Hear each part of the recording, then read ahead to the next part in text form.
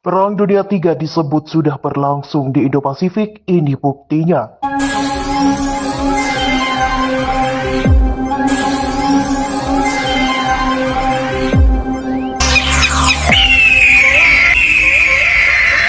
Assalamualaikum, jumpa lagi di channel YouTube Garuda Official. Sebelumnya seperti biasa, Jangan lupa like, follow, komen, subscribe, and share ya.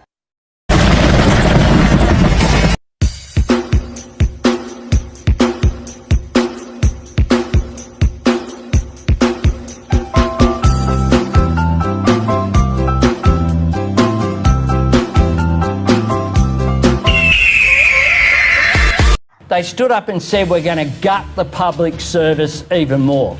Well, you know what that leads to? Robo-debt. It doesn't save money, it costs money because you take humans out of human services and it has devastating consequences for real people. It costs lives. Lives. Pak Menteri adalah mantan Panglima. Kalau masih ada yang main-main, silahkan detik itu juga gebuk. Tidak ada, harus nggak ada di bumi Indonesia ini. То есть призыву на военную службу будут подлежать только граждане, которые в настоящий момент состоят в запасе. И прежде всего те, кто проходил службу в рядах вооруженных сил, имеет определенные военно-учетные специальности и соответствующий опыт. 人类文明史也是一部同疾病和灾难的斗争史。病毒没有国界，疫病不分种族。面对来势汹汹的新冠肺炎疫情，国际社会没有退缩，各国人民勇敢前行，守望相助，风雨同舟，展现了人间大爱。 Perang Dunia III disebut-sebut sedang berlangsung, baik di Ukraina maupun di Indo-Pasifik. Hal tersebut diungkapkan ekonom sekaligus profesor di New York University, Nouriel Roubini, dalam wawancaranya dengan Der Spiegel. Dia menjelaskan beberapa masalah paling akut di dunia. Ketika berbicara tentang ancaman global utama, Roubini menyebutkan konflik yang sedang berlangsung antara Rusia dan Ukraina. Menambahkan bahwa Australia dan Indonesia juga dalam jalur tabrakan. Saya juga membaca bahwa pemerintahan Biden mengharapkan China untuk menyerang Taiwan lebih cepat daripada nanti. Kata ekonom itu kepada Der Spiegel dikutip dari Russia Today Rabu. Dia pun meringkas berbagai konflik yang melibatkan sejumlah negara sebagai tanda bahwa Perang Dunia III telah dimulai secara efektif. Di samping Rusia dan Ukraina, dia menilai persaingan antara Washington dan Beijing telah mendorong ketegangan ke tingkat yang besar.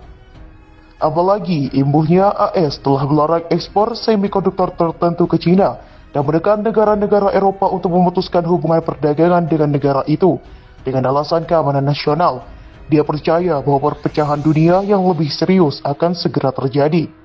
Perdagangan, keuangan, teknologi, internet semuanya akan terbelah dua prediksinya.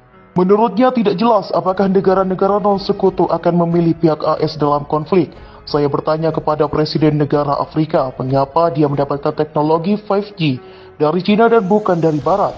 Dia mengatakan kepada saya, kami adalah negara kecil, jadi seseorang akan tetap memata-matai kami. Kemudian saya mungkin juga mengambil teknologi China lebih murah, ungkap ekonom itu. Dia khawatir bahwa sistem politik di AS dan Eropa mungkin tidak dapat mengatasi masalah yang mengarah pada kebangkitan pemerintahan sayap kanan. Perlu diketahui, Nouriel Roubini menjadi terkenal karena memprediksi krisis keuangan 2008 sampai 2009 dan dijuluki Dr. Doom oleh Wall Street. Dan kini prediksi Nouriel Roubini menyatakan perang Indo-Pasifik lebih besar dari invasi Rusia ke Ukraina karena ini melibatkan banyak negara besar. Konflik perebutan Pulau Pasir antara Indonesia dan Australia akhirnya berujung pada operasi militer. Indonesia dan Australia resmi menyatakan perang pada hari ini. Saya telah membuat keputusan operasi militer, kata Jokowi dalam pernyataan mengejutkan di televisi. Jokowi mengumumkan operasi militer tersebut demi membela wilayah Indonesia yakni Pulau Pasir.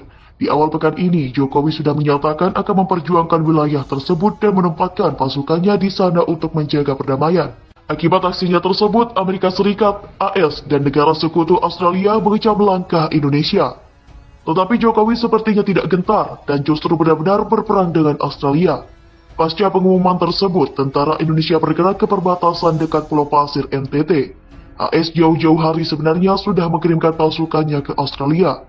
Perdana Menteri Australia Anthony Albanese bahkan mengatakan Indonesia sedang merencanakan perang dahsyat di Asia. Bukti menunjukkan Indonesia merencanakan perang di Asia dan akan menjadi yang terbesar, kata Albanese dalam wawancaranya dengan BBC Minggu. Sebuah tanda menunjukkan rencana tersebut sudah dimulai sejak awal sengketa Pulau Pasir. Intelijen menunjukkan Indonesia akan memulai perang dan mengirimkan pasukan dalam jumlah besar ke perbatasan Australia, tambah Albanese. Amerika memutuskan untuk mengambil langkah lanjutan terkait rencana serangan Indonesia ke wilayah Australia. Amerika Serikat itu akan mengadakan pertemuan darurat hari ini dengan PM Australia Anthony Albanese.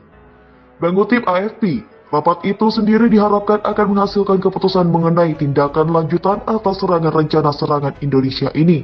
Jokowi pun memberikan pesan yang menakutkan. Saya punya beberapa kata untuk mereka yang merasa perlu ikut campur, siapapun yang mencoba menghalangi kami. Apalagi menciptakan ancaman bagi negara dan rakyat dan wilayah, kami harus tahu bahwa Indonesia akan melawan dengan cara apapun. Tegasnya sebagaimana dikutip ABC News. Langkah militer yang dilakukan Indonesia memberikan dampak yang besar di segala aspek, termasuk ke pasar finansial hingga perekonomian.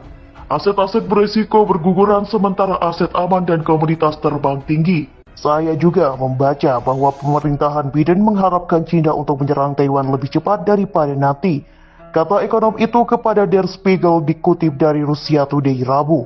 Dia pun meringkas berbagai konflik yang melibatkan sejumlah negara sebagai tanda bahwa Perang Dunia III telah dimulai secara efektif. Di samping Rusia dan Ukraina, dia menilai persaingan antara Washington dan Beijing telah mendorong ketegangan ke tingkat yang besar. Apalagi imbuhnya AS telah melarang ekspor semikonduktor tertentu ke China dan menekan negara-negara Eropa untuk memutuskan hubungan perdagangan dengan negara itu dengan alasan keamanan nasional. Dia percaya bahwa perpecahan dunia yang lebih serius akan segera terjadi. Perdagangan, keuangan, teknologi, internet semuanya akan terbelah dua, prediksinya.